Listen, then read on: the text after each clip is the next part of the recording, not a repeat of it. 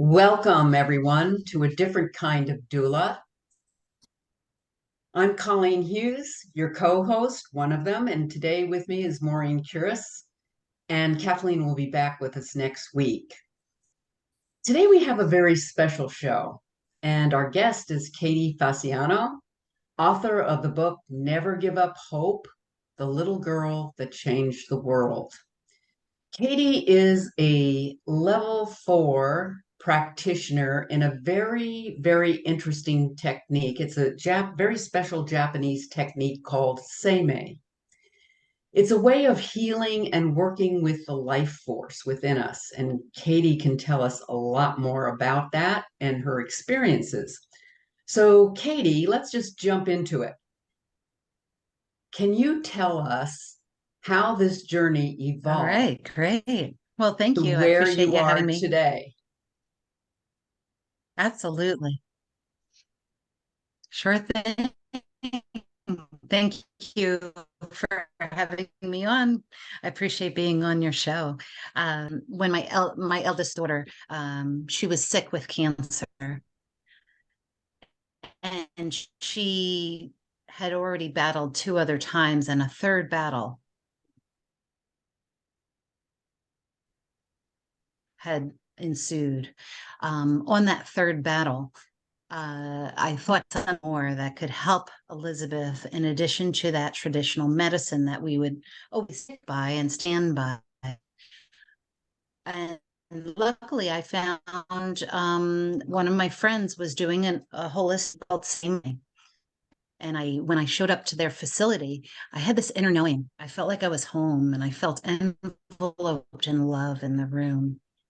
And the story really begins there. I wrote a book documenting a lot of Elizabeth's journey early on and later in her life as well.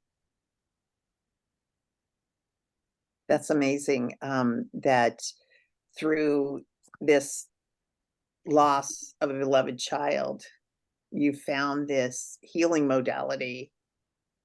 So can you tell us, um, what is the Seimei technique? Sure.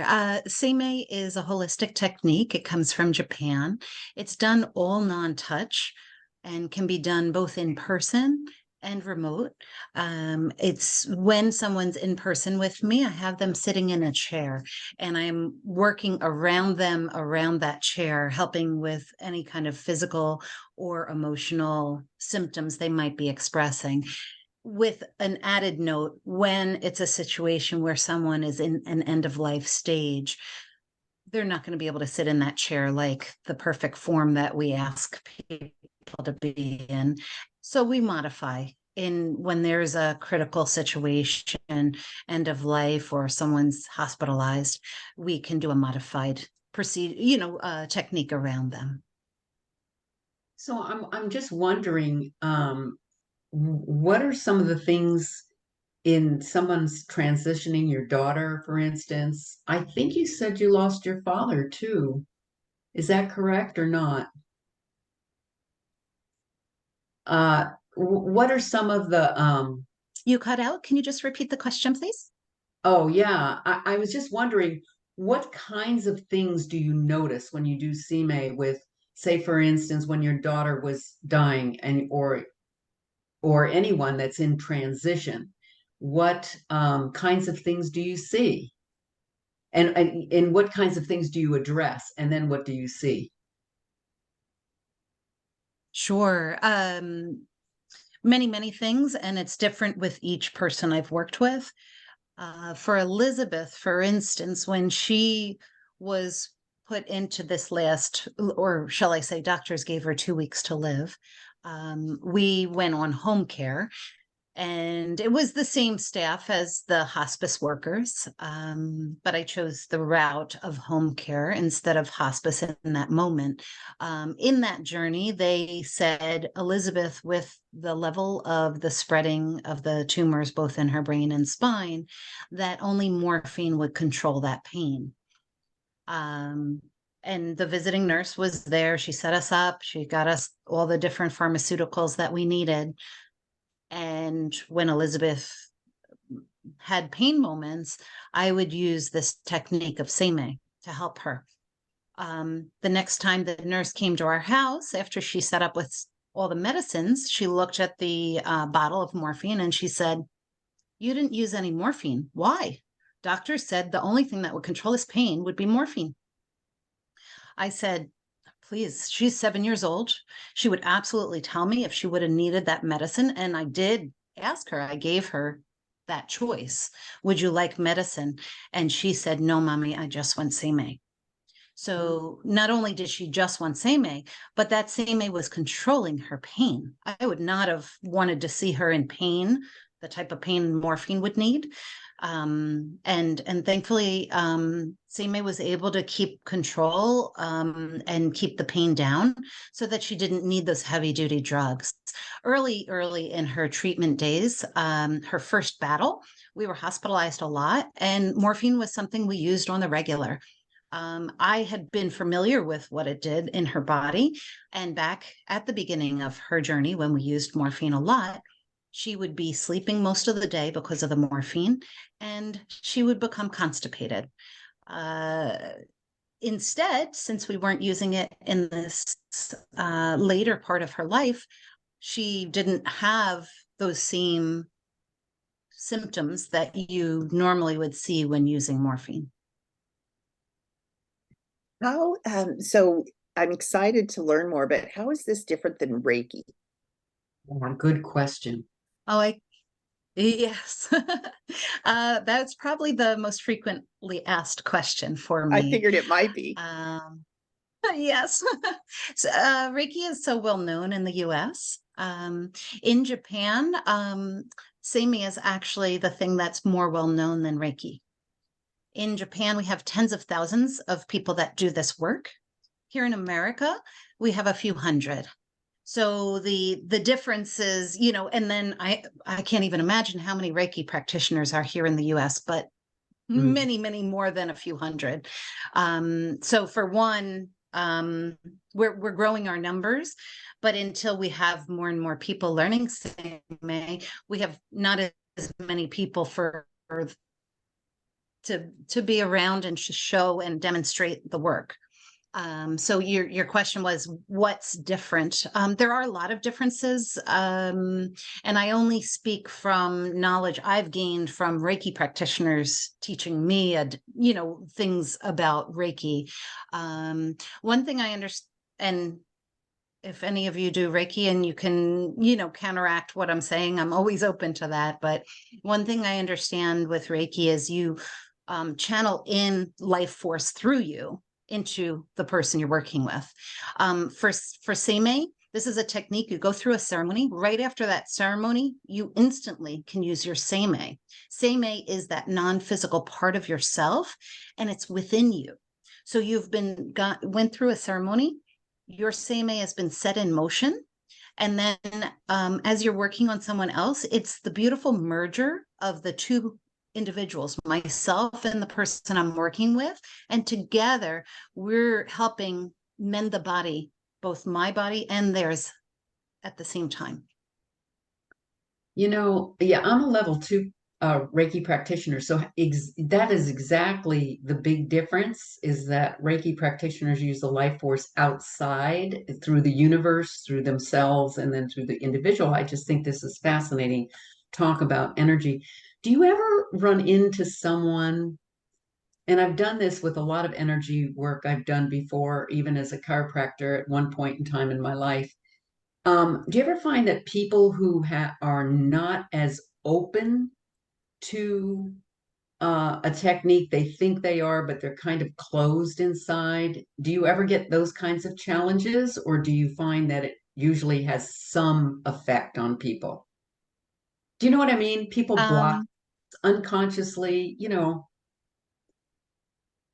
um, I, I haven't personally experienced that, and I'll add our founder. He's still living in Japan, and he encourages us to find those people that aren't into holistic things. Find that skeptic out there, because he said that skeptic is going to convince themselves in their mind it'll never work.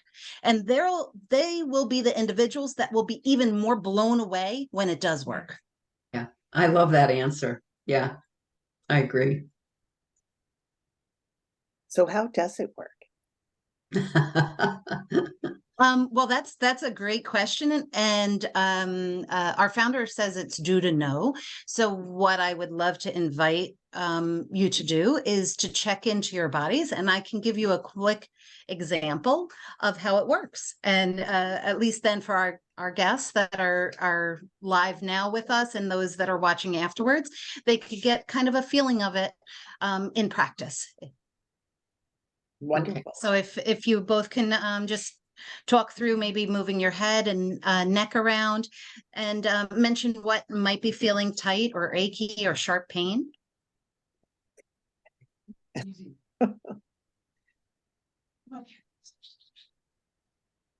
I know on my right side, I've had a lot of stiffness. In fact, was at the chiropractor and did have a massage.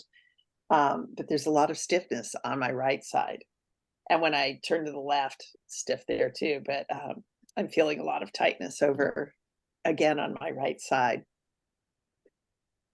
Okay, great. And Colleen, for you?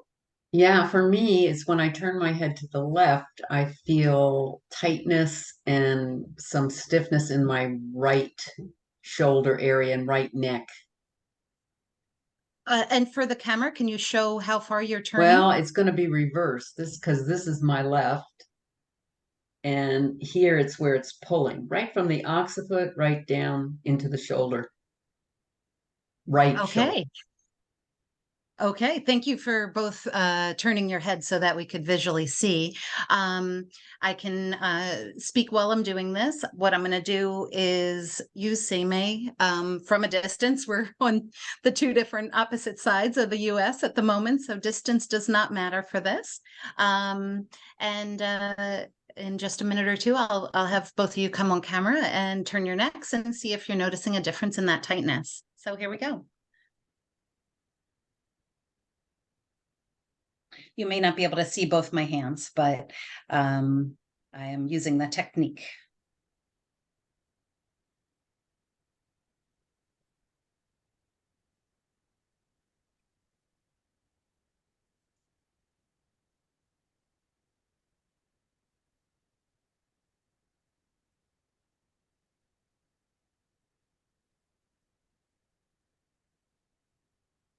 Just a few more seconds, and then we'll have you check in and see how your symptom has changed, if you notice.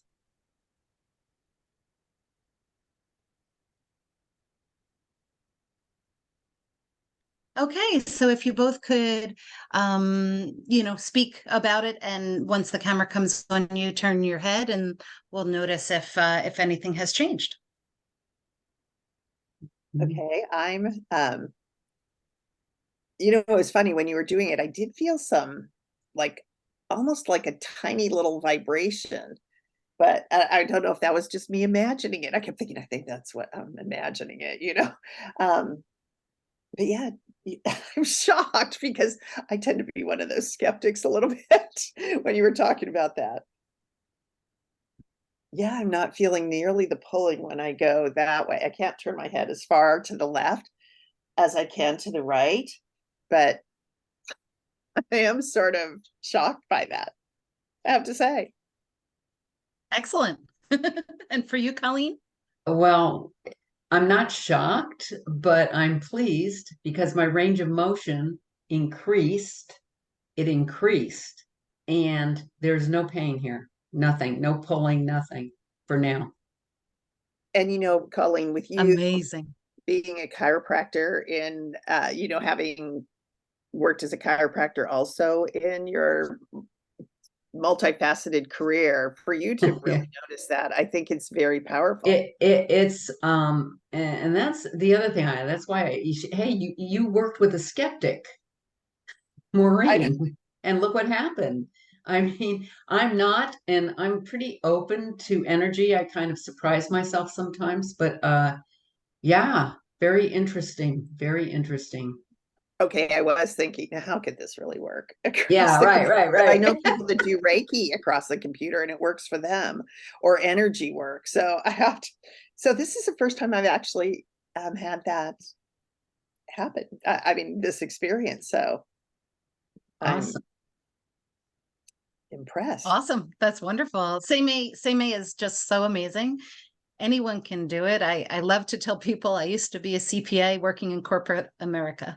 So I was a very black and white thinker. I don't know if I would call myself a skeptic prior to this, but I certainly wasn't seeking any of this until, things were getting very intense. It was a third battle with a stage 4 brain tumor for my daughter.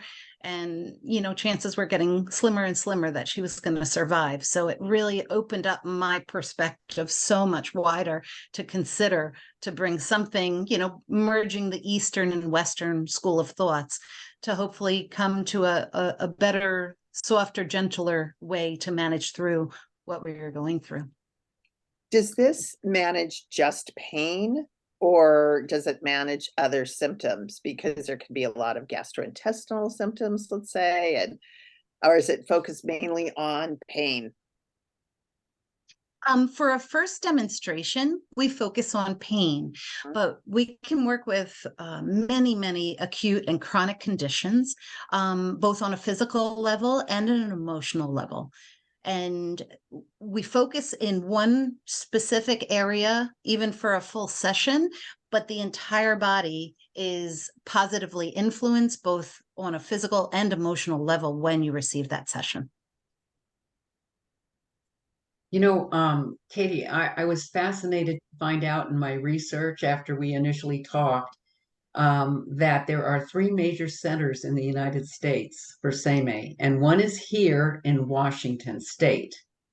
The other one is in New Jersey, where you are, and the other one is in New Mexico, if I'm not mistaken. And so, what I'm interested in is as a level 4, you had to go over to Japan for part of your learning and education. Is that not correct? And what was that like to be around the masters and the founder, the people who are lineaged, and finding or founding this? Yes. So my initial learning was for levels 1 through 3. They're all grouped together. When you learn the beginnings of Seimei, you start from level 1, go to 2, go to 3. That also includes one trip to Japan, which is incredible. I did that, years ago. But then in 2019, I went to further educate myself with the next level of level 4. And I made 5 trips in 2019 to work, as you said, like with the most top people. There's 10 levels of Seimei. And so what a great opportunity it was to work with those at the very highest levels there in Japan. We are also blessed to have one of the highest level Seimei practitioners here in the US, and she heads the entire US, all 3 locations. Wow. Wow. So if someone, let's say someone with chronic pain is thinking of using this technique, I mean, obviously, it was pretty darn quick with me. But so what's that like? Walk me through what it would be like working with someone with chronic pain, because we know you've worked with someone with terminal pain, your daughter, and but someone that's experiencing chronic pain, like fibromyalgia, let's say, or something that they're just going to have chronic pain and stiffness. Yes. Fibromyalgia, I haven't worked long term with the client with that. I would be open to doing that. But I have worked in short demonstrations of with fibromyalgia, and within seconds, that, like, let's say like 8, 9 out of 10 sharp pain just evaporates in their body. So it's really, really incredible, and definitely something where I could work moving forward. But as an example, that came to my mind was lower back pain. So many people are walking around with lower back pain. And I had a client come to me, and she asked a great question right at the beginning. She said, do we just do this until my lower back pain goes away, or should we continue with maintenance? And I said, wow, what a great question. And similar to chiropractic, maintenance is always best because then you're just keeping your body in a healthy state, week over week with those weekly sessions. But that woman that came to me with her chronic lower back pain, that was gone. Gosh, I can't quite remember. I don't want to misquote, but I would say probably within 2 months, the chronic back pain was gone, and she kept coming as she wanted for maintenance. And it kept that back pain gone. I'm going to say there were 2 flare-ups in over a year's time she spent with me. But it was so much different. Like, she knew her body, and those flare-ups came and just went, so unlike, a big flare-up that may take a series of weeks to unwind, we got to it right away with those maintenance sessions. Katie, there was a story you shared with me that kind of blew me away. And it was the gentleman who had spinal stenosis. Do you remember that story? He had spinal Oh, stenosis. yes. Yeah, okay. I was just Yes. wondering if you could share what happened with that, because it kind of blew me away. Yes. Yes, that was quite incredible. That's one of my newer clients. We're still working together for some other focuses now, but when he came to me, he said, "Do you work with spinal stenosis?" I said, "Yes, that's something chronic, but we can help with that." And he had done 2 sessions with me, 2 weeks in a row, and then he was going to his back doctor, and he's had this diagnosis of spinal stenosis for, I'm not sure, but for quite a while. And when he went in there and did the diagnostic testing, the doctor said, "You don't have spinal stenosis." Wow. And he had only been working with me twice before that. So it's really wonderful to see Whoa. such a quick. There's Yes. so many things about healing we just do not know. We don't, but it's interesting in research now. They're finding some very interesting things around energy and healing. And I just keep my eye open for the day that everyone realizes that medicine isn't the only answer, that there are other ways to treat the body. And they can be used complementary to medicine. Yeah, complementary. Yeah. Exactly. So it's not either or. Absolutely. Oh, Exactly, American. because I don't always think there's a balance in life, but sometimes the balance is like way up here with one and the other. I've seen people do that where you're trying to, that they have to see a medical doctor and they're saying, no, no, no, I want to do this beet juice or something. What was the so the man with spinal stenosis, that's a pretty incredible story, but is there like something that stands out that maybe when you were learning this as an early practitioner that you thought, oh gosh, I don't know if this will help this person? Was there, but you saw it firsthand with your daughter with brain cancer, and that is a very challenging situation. So is there anything? Oh, I certainly, I mean, when I was a new practitioner, there were plenty of doubts in my head. I think, in all honesty, even now, there's always a little bit of that head talk that goes on. But in all these almost 12 years now that I'm doing this, more and more the confidence builds in time and time again, people getting results. One pops out into in the forefront for me during COVID. Because I can do this work from a distance, I was able to help people both with COVID vaccination shots where they were getting symptoms after getting those vaccinations, and or those that are battling COVID or having the long-term effects after COVID. But one woman that stands out in my mind, she had been battling her COVID for about 3-4 weeks. I had told her about Seimei at the very beginning of it, and she said, "No, no, no, I'll be fine. I'll be fine." Well, she thought she was through it on week 4, and all of a sudden, hives broke out head to toe on her body, level 9 out of 10 pain and itchiness. And I was like, okay, this is urgent. She called me, and luckily I could fit her in that very same day. I worked with her, and in that session's time, all the itchiness was gone. And by the next day, every hive had disappeared from her body. She now to date is the person that refers the most people to me. So I did, the Seimei really helped her body, and she's been paying it forward ever since. Wonderful. Wow. I would not have thought of using this for COVID. Well, But I anything that physiologically affects the body, I imagine it could work very well. Yeah. Yeah, I don't put any limitation to it, and I'm always, inviting of the, okay, I might not have worked with this yet, but I don't put limitation to Seimei. Let's give it a try. This has been so, so interesting. And I want to ask how people can work with you or with other Seimei practitioners. And can you lead us through just in a couple minutes, because we're winding up our show right now, but can you lead us through how someone would become a Seimei practitioner and how they would also be able to reach out and work with you if they're having chronic pain? Absolutely. So I'll address the learning it first. Our Seimei Foundation's website is seimeifoundation.org. And as Colleen was mentioning before, there's locations on the East and West Coast and in between.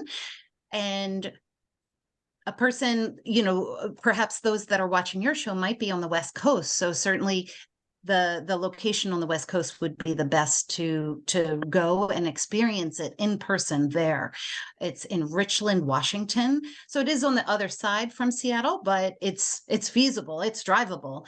And it really is incredible. You can go into their center, receive in-person sessions, and actually learn some tools that you can walk away with and take home with you to continue the power of this work and the healing of this work, with some tools you can learn there. And also sometimes there's workshops virtually that are offered.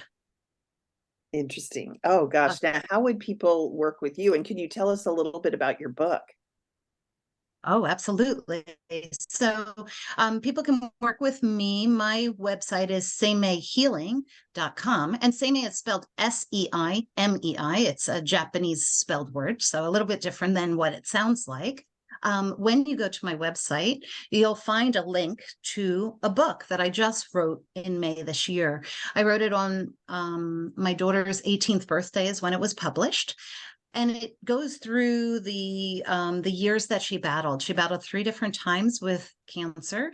It was a stage 4 brain tumor, and there were tough moments, but then there were the light moments. Elizabeth, my eldest daughter, she's just been so full of light and love, and her story is just really, really moving and deserves a bigger audience. I want as many people to read this book and experience a little bit of Elizabeth and the joy that she brought into our world. And thankfully from this book, she'll continue to be able to share that joy and love and light that she, just naturally had. Wow. What a beautiful gift you're giving to people and a gift to your daughter that she'll live on. Um, well, thank you so much for being a guest on our show today. We are always trying to find practices, people that do things that would supplement work that doulas can offer at end of life. So something like this is so powerful. And I would really just love to keep promoting you. But right now, before we wrap up, we are a different kind of doula, and we are here every Thursday at 4 p.m. But we are, like I said, we bring things to our audience that will either help doulas in their practice or help people seeking to work with a doula so they can have some information about what the doula work's all about.